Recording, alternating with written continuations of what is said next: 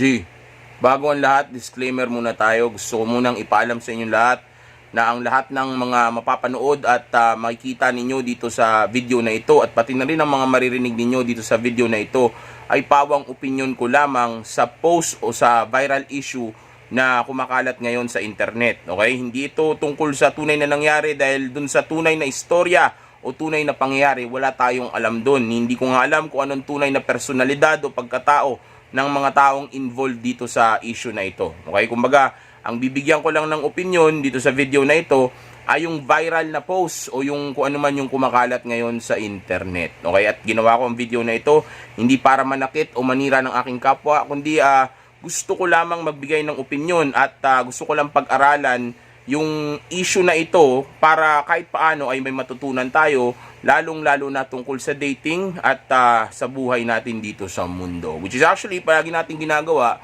dito sa channel na ito. Okay, so, G,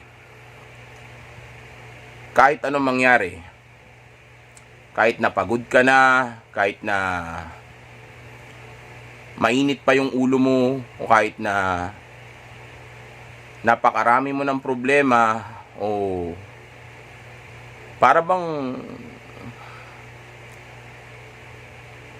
pahirap na ng pahirap yung buhay mo, okay? Tapos biglang may nangyaring katulad nito. Like for example, bigla kang na-trigger ng isang babae. G, kahit anong mangyari, wag na wag kang papatol sa isang babae. Okay? Wag na wag mong sasaktan yung babae. Kahit na sobrang galit ka na, tama pa yung punto mo, o sobrang bastos na niya, wag na wag kang papatol sa isang babae. Wag na wag mo siyang sasaktan. Matter of fact, hindi ka nga dapat nakikipagtalo dyan. Dahil kahit na ano pa ang gawin mo, hindi ka niya maiintindihan. Hindi niya makukuha yung lohika mo, hindi gagana yung critical thinking niya. So walang punto para makipagtalo o para makipag-away ka sa isang babae. Dahil sa oras na mag-engage ka sa paikipagtalo sa kanya o sa isang argumento sa isang babae, di maniwala ka sa akin, mapofrustrate ka lang. Maaasar ka lang, magagalit ka lang, mapipikon ka lang, o baka makagawa ka lang ng isang bagay nga na hindi mo gustong gawin, katulad ng ginawa nung lalaki na involved dito. Okay? Na allegedly, ang sabi nila ay si Jam Ignacio daw. Okay? Na si Jam Ignacio na fiancé netong babae na si DJ Au daw. Okay? Correct me if I'm wrong, but that's what I heard. Yun daw yung name eh. Okay? Hindi ko kasi masyadong kilala itong mga tao na ito, pero ang sabi nila sa akin, itong si Jam Ignacio ay dating ex din ni Carla Estrada na isang single mom. Okay, so dyan pa lang sa mga istorya na isinishare ko sa inyo, alam na kaagad natin na beta male itong si Jam. Okay? Ibig sabihin, yung pagiging beta niya, yun ang isa sa malaking naging papel o may malaking papel dito sa kaganapan na nagawa niya na ito. Siningatan lang natin panalita mga G dahil ito ay isang issue na may pagka-sensitibo. Okay? Hindi ito kumbaga basta-basta istorya lang eh. Actually, itong bagay na ito, lagi itong nangyayari kung kani-kaninong mga couple dyan. At yan nga yung rason kung bakit ako ay hindi nagkukumit o sabihin natin hanggang ngayon ay hindi ako nag-aasawa dahil nga gumagrind pa ako eh. Kumbaga, may inaabot pa akong pangarap ko, inaabot ko pa yung tunay kong potensyal, nasa giyera pa ako. So kung ganun yung lifestyle na mayroon pa ako ngayon at hindi pa ako pa-settle down, then may mga times mainit ulo ko, pagod ako, o sabihin natin wala na ako sa focus, o kaya sabihin natin kumbaga, wala na ako sa mood, okay? So, may mga times na ganun. So, paano kung may shota ako? Paano kung may asawa ako? Paano kung may ka-live-in ako? Tapos, karap ko ngayon yung babae na yun, tapos binabastos ako. Dahil, let's say, wala siyang respeto sa akin. Dahil nga, validated ko na siya. Wala nang mystery. Kumbaga, beta male sympathy niya sa akin. Dahil committed ako sa kanya, di ba? So, paano sa mga times na yun? Kung wala ako sa mood, o sabihin nating pagod ako, o may nakainitan ako na kalaban ko sa labas dahil nasa giyera nga ako, let's say kakumpetensya ko, o let's say nababash ako, let's say mga ganon kung ano ng mga issue habang nasa ano ka, 'di ba? Pag abot mo sa mga goals mo. Sabihin natin galing kang giyera, paano kung ganon? Tapos pag uwi mo ng bahay, binabastos ka pa ng syota mo. O kaya kung nasaan man kayo, like nasa biyahe o kung saan man, kasi itong babae na ito, itong si DJ Au daw, ano daw, ang sabi allegedly, ang storya daw kasi dito, nung time daw na magkasama itong si Jam Ignacio at si DJ Jelly Au, o nung time na nangyari itong bagay na hindi maganda na ito, kaya lang daw nakatakas itong si DJ Jelly Au kay Jam Ignacio ay dahil nagkamalas-malas sila o minalas si Jam Ignacio. Actually, sinwerte si DJ Jelly Au at minalas si Jam Ignacio na nung time na nandun na sila sa may sa toll gate, o nung time na gagamitin na nila yung RFID nila, hindi gumana, hindi na-read ng machine, okay?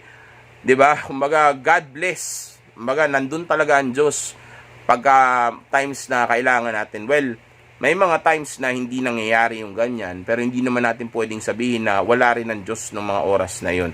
Pero malalim-lalim na ano yan, na kwentuhan yan, hindi muna natin pag-uusapan yan dito. Dito muna tayo tututok dito sa pangyayari na ito. At yun nga daw yung nangyari.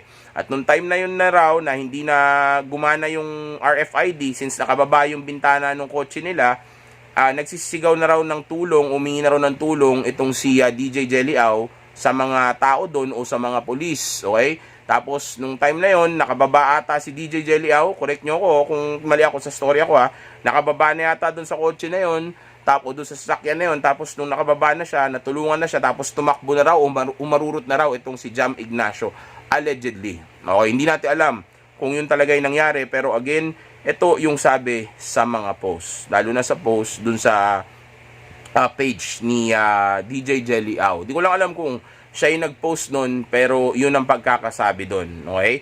So yan yung pangyayari, parang pelikula, 'di ba? Parang yung mga scene doon sa pelikula, yung pagka may ano, 'di ba? May bibiktimahin yung serial killer, 'di ba? Ganyan yung mga pangyayari doon. Pagka nakakatakas yung mga yung mga babae na mabibiktima sana, 'di ba? So yan. Tapos yun nga, nung na yun, nakatakas na siya, syempre nakauwi na siya hanggang sa nalaman na ng pamilya niya ay nangyari sa kanya, okay?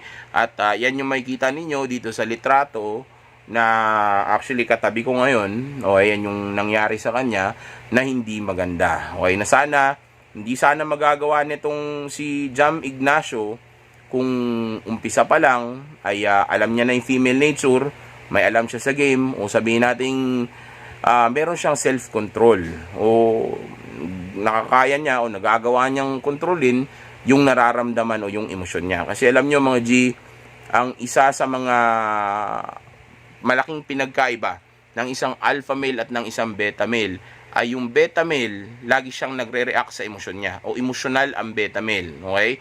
Kaya nga nakikipagrelasyon sila, kaya nga nagkukumit sila, at kaya nga nagpapakasal sila ay dahil hindi nila kayang kontrolin yung emosyon nila. Nai-in love sila mga G, okay? So kung mabilis itong ma-in love, then of course, then malaki rin ang tsansa na mabilis itong magalit o hindi rin niya makontrol yung emosyon niya kapag kagalit na siya.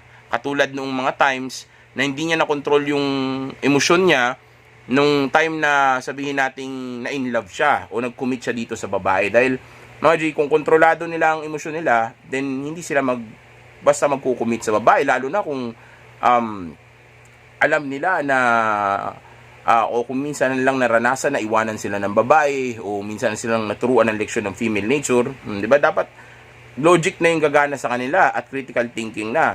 Hindi na yung yung emosyon nila. Pero dahil laging gumagana yung emosyon nila, then of course pasok sila ng pasok sa relationship. Kagaya nitong si Jam Ignacio. Una, pumasok muna ng relationship kay Carla Estrada, na isang single mom na I think mas matanda pa sa kanya, tapos iniwanan para dito, tapos na-engage sila, tapos ngayon ito naman yung ginawa niya. Di ba? Buti na lang, ang swerte nung DJ Au na yan, okay? Ang swerte nung DJ na yan, na babae na yan, DJ na lang tawagin natin. Ang swerte ng DJ na yan, dahil hindi pa siya nabubuntis nitong si Jam Ignacio. Dahil kung nabuntis siya nito, tapos nangyari ito sa kanila, single mom na rin siya. Diba? Katulad ni Carla Estrada. Si Carla Estrada, umiyak man siya o nasaktan man siya, pero ngayon masasabi niya na pati siya ay nakaligtas at tama yung desisyon niya. Okay? Again mga G, kontrolin niyo ang emosyon ninyo. Okay? Balansin ninyo ang buhay ninyo. Huwag kayong magmukmuk palagi. Dapat meron kayong isang araw sa isang linggo ng social life. Isang beses lang kayo may pag-date sa babae o dapat lumalabas pa rin kayo with women or nakikipag-date pa rin kayo kahit isang beses sa isang linggo, pero dapat isang beses lang, hindi araw-araw, hindi palagi magkasama, hindi kayo magsasama sa isang bahay, dahil nga lalo na kung ang goal mo pa ay yung abutin yung tunay mong potential o yung mga goals mo in life o sabihin natin yung self-improvement o yung grind and purpose mo, dahil nga kung yan pa ang focus mo, again mga G, araw-araw kang lalahok o sasali sa giyera. Okay? So kung araw-araw kang nasa giyera, tapos magiging beta ang tingin sa'yo ng babae mo, tapos araw-araw kayo magkasama niyan, at tao ka lang, then of course magkakamali ka. So kung magkakamali ka, sa oras na magkasama kayo ng babae o sa tapat ng babae mo, then una mata-turn off yan sa'yo, and pangalawa, baka ito maging mitya ng pag-aaway ninyo, at baka ito pa maging dahilan o maging rason kung bakit sasaktan mo ang babae na ito. Okay? Again mga G, tingnan nyo naman yung sitwasyon. Wag lang yung mga nararamdaman ninyo. Okay? Tingnan ninyo yung sitwasyon kung tama ba na habang gusto ko pang maging milyonaryo o bilyonaryo, maglalagay na agad ako ng syota ko sa tabi ko. Kaya ko ba yun? Dapat ba nagpapalaki na ako ng bata sa ganitong klaseng edad ko? Okay, tingnan nyo mabuti yung sitwasyon, dahil hindi siya advisable na habang nasa giyera ka pa ay may kasama kang babae o may babae kang inuuwian araw-araw. Even yung mga sundalo, hindi umuuwian araw-araw sa mga pamilya nila kasi nga nasa giyera sila. Okay? So kung gusto mabot ang tunay mong potensyal, lumayo muna kayo sa babae o makipag-date lang muna kayo. Wag na munang mag-commit o kaya magpakasal, lalo na magpakasal. Okay? Dahil nga again, hindi tayo perpekto. So kung magkakamali ka ng kasama mo yung babae mo, it's either may magawa kang hindi niya magugustuhan na pwedeng maging mitya ng pagiging bastos niya, na pagka naging bastos na siya, mag-aalma ka naman. Tapos pag umalma ka na, tapos umalma na rin siya, mag-aaway na kayo. Ngayon, pag nag-aaway kayo, pwedeng umabot yan sa sakitan. Okay, na ganito. O katulad nitong nangyari sa kanilang dalawa. Okay, mga G, balansin ninyo yung buhay ninyo. Hanapin ninyo yung grind and purpose ninyo. Mag-focus kayo sa self-improvement ninyo at abutin ninyo yung tunay ninyong potensyal. Yung mga babae, 4 na bilyon yan. Paulit-ulit ko nang sinasabi sa inyo yan. Okay, at ito yung talagang nangyayari sa mga magkakarelasyon. Kaya gaya ng sabi ko sa inyo, gaya ng sabi nila, walang magsyota o mag-asawa na hindi nag-aaway. Kaya nga ang tanong ko, gusto nyo ba yan? Bakit kailangan natin dagdag sa buhay natin yung stress na ganyan? Napakarami natin ginagawa, napaka-busy kong tao. Wala akong oras sa ganyan. Meron ako isang araw, yun. Isang araw lang ako pwede makipag-date at isang araw at ilang oras ko lang din siyang kasama. Para at least makakapagpahinga ako na maayos at pwede ako maging ako sa mga moment na may time ako para sabihin natin, asikasuhin ko yung ano ko, yung sarili ko. Kumbaga sa moment na may time ako para na pwede kong gamitin para sa sarili ko, hindi lang para sa babae. Kasi ito, tandaan mo, kung ano o kung sino magiging ang babae mo, yun ay ang resulta ng pagkalalaki o ng leadership mo. Dahil ang babae, susunod lang yan sa'yo.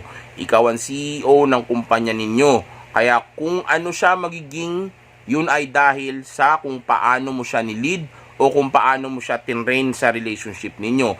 Kaya sa oras na bastusin ka niya, ibig sabihin nun, yun yung bunga o lumalabas lang yung bunga o sabihin natin nahinog lang yung bunga ng itinanim mong punla na naging puno hanggang sa ngayon, nilalasong ka na ng bunga na iyon. Okay? So, ibig sabihin ko dito, sa totoo lang, dapat hindi ka talaga pumapatol kasi nga kung sino siya naging at kung binastos ka niya, yun ay dahil kasalanan mo. Okay?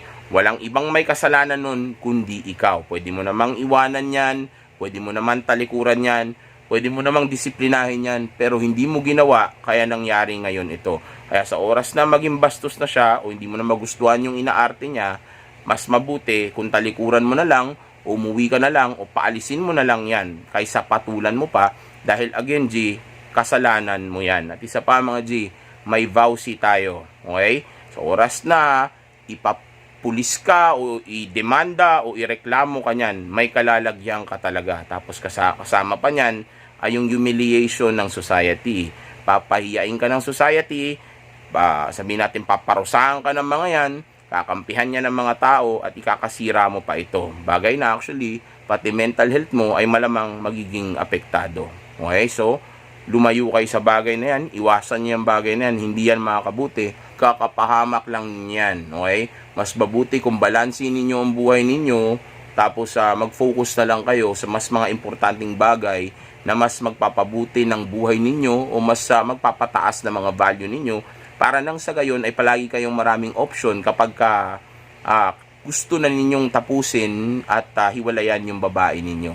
Kasi yung iba sa inyo, kaya nyo lang naman pinipilit o sabihin natin tinitiis na mag-stay pa sa isang relasyon na hindi na masaya o hindi na tama dahil nga bastos na yung babae, ay dahil wala kayong ibang option hanggang sa lumala yung sitwasyon, hanggang sa mabastusan ka na, at hanggang sa ang mangyari ay saktan mo na rin pati yung babae mo. Bagay na hindi tama at kahit kailan ay dapat hindi kinukonsinte. Okay? Pero aminin ko sa inyo, ako rin ay naging emosyonal sa mga sa mga dati kong karelasyon. Alam ko tong ganitong klaseng sitwasyon dahil sino ba naman tayo para maging perpekto. Okay? Lalo na kung bata ka pa at hindi pa alam yung mga nangyayari sa paligid mo. Okay? Kaya may mga bagay ka talaga magagawa na hindi tama, na dapat natututo tayo dun sa mga pangyayari na iyon. Kung sabihin natin, lalo na kung mas bata ka pa, o sabihin natin hindi ka pa mature mag-isip, o wala ka pang alam sa babae, o hindi pa alam kung paano sila ililid. Okay? Dahil nga kung bata ka pa, immature ka pa, tapos hindi pa alam kung paano sila umarte, paano sila mag-isip, o anong klaseng nilalang ang mga ito, then malamang sa malamang magkakaroon ka ng misunderstanding sa kanila. Lalo na kung ipinipilit mo na ipaalam sa kanya o makuha niya yung logic at yung sabihin nating pagiging rational mo. Okay? Tapos sa moment na yon ay sabihin nating hindi niya pa rin makuha. Kaya ang pwedeng mangyari nun ay magresulta ito sa argumento hanggang sa magresulta sa away. Okay? So as much as possible, aralin nyo muna mga babae, matuto muna kayo ng leadership, magpakalalaki muna kayo, ayusin nyo muna yung mga buhay ninyo, para nang sa gayon, kung sakaling dumating ang time na magsisettle na kayo at magkakaroon na kayo ng pamilya, hindi nyo idadamay sa kahirapan o sa gulo yung pamilya ninyo. Okay, mas mabuti na ganun kaysa padamihin pa natin yung mga broken fam at mga single mom dito sa mundo na ito. Napakarami na nila, ang gulo-gulo na mga G. Okay, kasama ako dyan. Galing ako sa broken family. Kaya importanteng tapusin na natin ito. Hindi man natin ito magagawa agad, pero kung umpisa na natin ngayon, then someday, makakarating din tayo sa lugar kung saan natin gustong dalhin ito. O kumbaga, makukuha din natin yung gusto natin mangyari. Okay? So, yeah. Mga G, wag papatol sa babae. Okay? Maghanap kayo ng hobby. Okay? Makipag-date kayo sa ibang mga babae. Okay? Sabihin natin, dating lang. Huwag kasing seryoso. And wag mo hayaan na ma-inlove ka. Dahil sa oras na ma-inlove ka sa isang babae at manipulado niya na yung emosyon mo, sabihin natin naka-attach ka na sa kanya, then mas emotional ka na nun. So kung mas emotional ka na, mas mababa na ang intelligente mo o intelligence mo. So mas mababa na intelligence mo, makakagawa ka talaga ng mga mali. Okay? Which is actually kung ano man yung nangyari sa kanila dito. Okay? Bagay na hindi natin alam kung totoo o nangyari talaga dahil alleged pa lang to. Okay? At isa pa, gusto ko rin marinig yung storya ni Jam Ignacio muna bago tayo manghusga, dahil baka hindi natin alam baka ano rin ginawa ng babae, pero still hindi pa rin ito rason o sabihin nating dahilan para gawin niya ito sa babae, o sabihin nating para manakit siya ng babae. Mali pa rin. Kahit mali na yung babae, wag mo pa rin papatulan. Kahit nananakit na siya, wag mo pa rin papatulan. Not unless lang meron ng sabihin nating threat o pwedeng mangyaring hindi maganda sa'yo, then yeah, kailangan mo na i-defend yung sarili mo. Pero kung wala pa naman sa ganun, huwag ka pa rin papatol. Tumawag ka ng pulis, o kaya umalis ka na lang, o paalisin mo, humingi ka ng tulong. Basta wag mong sasaktan hanggat ano pa naman, magaan pa naman, okay? Tapusin mo na lang, lumayo ka na lang. Dahil nga, pag ikaw ang sabihin natin binaliktad pa ng storya niyan, kahit na ikaw pa yung tama, sinaktan mo siya, mali ka pa din. Lalo na sa mata ng mga tao kasi pumatol ka sa babae. Mas malakas ka, mas may utak ka, mas mahina siya, mas emosyonal siya, mag-adjust ka. Kaya nga kapag ka nag-away kayo, huwag kang papatol sa kanya. Gawin mo lahat ng pwede mong gawin para huwag mong mapatulan ang babae na yan. Matter of fact, kapag ka na-master mo yung emotional control mo, maniwala ka sa akin, kapag napaamo mo yung emosyon mo na yan at napagawa mong maging ikaw ang master ng nararamdaman mo na yan, sigurado ako, sa oras na gawin sa iyo ito ng lalaki, ng babae, o sabihin nating mapunta ka o malagay ka sa isang sitwasyon na matetes yung emotional control mo, for sure, hindi ka na magagawang kontrolin o ipahamak nito. Okay? So, kahit anong mangyari, huwag kang papatol sa babae dahil nga ang babae ay emotional. So, kahit na ano pang explain mo, anong logic o kahit na anong rational na thinking pa ang ipilit mo sa kanya para maintindihan kanya, hindi kanya maiintindihan, lalo na kung nasa moment na nag-aaway pa kayo o binubungangaan mo siya o emotional kayong dalawa. Isipin mo, ikaw lang ang tanging leader o tanging lalaki na pwede niyang sandalan para mag-lead sa relationship ninyo o para matigil yung gulo na yun. Kaso ang problema, pati ikaw, beta ka. So, sinasabayan mo siya instead na mapigilan mo yung sitwasyon. So, ano ngayon mangyari sa inyo? Magkaagulo talaga kayo. Kasi nga, yung babae, ano na yan eh, given na yan. Dapat alam na natin yan, natural na yan. Emotional sila talaga. Kaya nga, kahit anong logic o rational thinking ang sabihin mo sa kanya, hindi niya maintindihan yan. Kasi nga, when your emotions are high, your intelligence level is low. Kaya kahit anong pilit mong ipaintindi sa kanya sinasabi mo, hindi kanya talaga maiintindihan. At alam na natin yon, okay? Pero ikaw bilang lalaki, ikaw dapat yung parang bato na hindi tinatablan o hindi nadadala ng emosyon mo. Kasi nga ikaw yung leader, okay? Kaya huwag kang papatol sa kanya. Kung kinakailangan mong iwanan, iwanan mo. Kung kinakailangan mong paalisin, paalisin mo. Kung kinakailangan mo disiplinahin o bigyan ng babala o warning yan para hindi niya na ulitin yung ginagawa niya o para huminto siya, gawin mo. Pero huwag mong papatulan at huwag mong aawayin kasi nga emotional yan. Maniwala kayo sa akin, may mga times yung sinasabi o ginagawa ng babae tuwing nag-aaway kayo, hindi niya minimin yun. Okay? Kahit ikaw, hindi mo rin gustong gawin yun sa kanya. Kaso nga dahil emotional kayo, nanggagawa niyong gumawa ng mga bagay o magsalita ng mga masasakit na salita sa isa't isa nang hindi nyo naman sinasadya o hindi niyo gusto. Isipin nyo, masasaktan nyo pa ang isa't isa nang dahil lang sa emosyon ninyo. Okay? At nang dahil lang sa pagpatol mo sa emosyon ng isang babae. Kumbaga, siya okay lang siya maging ganun, babae yun eh. Pero syempre, anuin mo pa rin, didisiplinahin mo pa rin, di ba? Pero given na yun sa kanya eh. Okay? Na maging ganun siya kasi babae siya eh. Pero ikaw dapat masculine ka. Siya lang dapat ang feminine. Okay? And also, gaya nga nasabi ko, mahirap talaga yan. Hindi ka maintindihan yan. Okay? Sasayangin mo lang yung oras mo. Para ka lang nakikipagtalo sa pader o sa poste sa ginagawa mo. Hindi ka niya maintindihan. Lalo lang siya maasar. Lalo siya magagalit sa'yo. Kasi lalo siya magte-turn off. Kasi nga, pinapatulan mo siya sa mga moment na yun. Sa mga moment na yun, naglalabas lang naman siya ng emosyon niya. Matter of fact, hindi naman na siya talaga, wala na siyang intensyon para patunayan na tama siya. Nilalabas lang niya yung emosyon niya. Okay? Kilalanin niyo mga babae, mga G. Hindi sila katulad natin. Kaya wag mong papatulan. Dahil minsan, may mga times, baka kaya lang siya nagkaganyan, ay sabihin nating lang sa mga nangyari lang sa inyo, sa emosyon lang na nararamdaman niya, kaso pinipersonal mo na kaagad. Okay? Kumbaga, hindi naman sana lalaki yung gulo, kaso pinatulan mo nga, kaya lumaki na tuloy. Okay? Ganyan lang talaga ang babae, lalo na kung kasama mo yan sa bahay, o mag-asawa kayo, o girlfriend mo yan, maraming times na mararanasan mo na maging emotional talaga ang babae. Lalo na pagka nag-explain ka na, o nagtatalo na kayo, magiging emotional siya talaga. Okay, hindi lang dahil sabihin natin gusto niya i-prove yung logic niya o yung point niya. Hindi lang dahil doon. Kundi dahil din isa din sa rason kaya niya ginagawa yan ay dahil din sa sabihin nating nabubuisit siya na humahaba na yung away ninyo, nagbubunga ka, o sabihin nating sa moment na yun pinaparusahan niya yung beta male.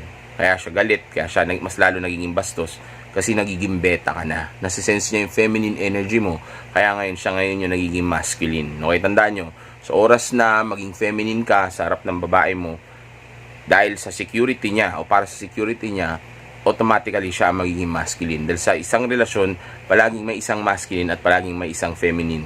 Kahit na same same gender pa yan, maniwala kayo sa akin. Palaging may isang masculine at isang feminine. At yung alpha ay yung masculine at yung beta ay yung feminine. So sa oras na maging feminine ka, maging parang babae ka, madaldal o bunganga ng bunganga, lalo na kapag namimisikal ka na, sa oras na gawin mo yan, yung babae, mawawalan siya ng respeto sa iyo. Mababa ang tingin niya sa iyo, kaya mas lalo siyang magiging bastos dahil nga mapupunta na siya sa masculine energy niya. Dahil nga wala nang masculine sa relationship ninyo. Kaso hirap siya dahil nga unang-una ayaw niya maging masculine.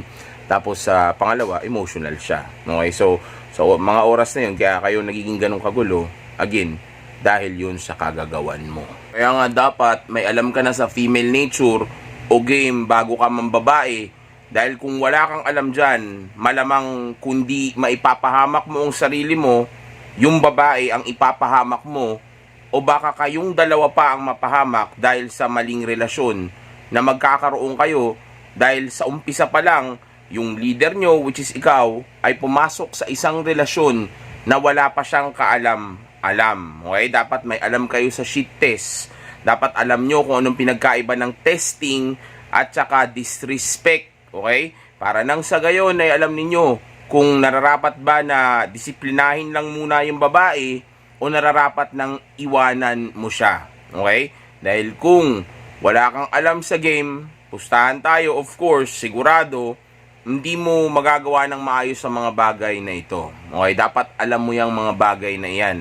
Para nang sa gayon, pag nag-test, alam mo na test lang ito. Alam mo kung paano ito i-handle. At of course, hindi ka maapektuhan dito sa bagay na ito. Okay? Pag disrespect na, alam mo na kung paano na, ito na yung time na sabihin natin dapat nang tapusin yung relasyon na mayroon kayo. Okay? Dapat marunong kayo mang-train ng babae. Alam nyo dapat kung paano ipapasa yung mga test o kung paano sabihin nating paano tatapusin yung relasyon ng tama. Okay? Sa moment na gumawa siya ng isang bagay na disrespectful na. Okay? Alamin niyo, actually may video na ako niyan kung anong pinagkaiba ng sheet test at sa disrespect. Okay? Dahil baka mamaya akala mo tinitest ka pa rin, yung pala binabastos ka na. At tandaan nyo, para mapasa nyo yung test na yan at saka yung disrespect na yan, dalawang bagay ang pinaka-importante na dapat na mayroon ka. At ito ay yung abundance mindset at the ability to be alone. Dahil kung meron ka ng dalawang bagay na yan, then of course, magiging assertive o masculine ang sabihin natin magiging ugali o magiging aura mo sa kanya. Dahil of course, wala kang pakialam sa kanya. Dahil nga, may abundance mindset ka at ability to be alone. Okay, so hanggang dito lang muna yung video natin mga G. Again, unahin ang grind and purpose, yung self-improvement at yung pag-abot natin sa tunay natin potensyal. Yung mga babae, again, 4 na bilyon na babae mayroon tayo sa mundo. Huwag niyong madaliin para nang sa gayon ay sa umpisa, natututo ka na muna at pagdating ng time na marunong ka na, at least hindi mo maipapahamak ang sarili mo, yung babae mo, o kayong dalawa sa maling relasyon na papasukin ninyo. Stay!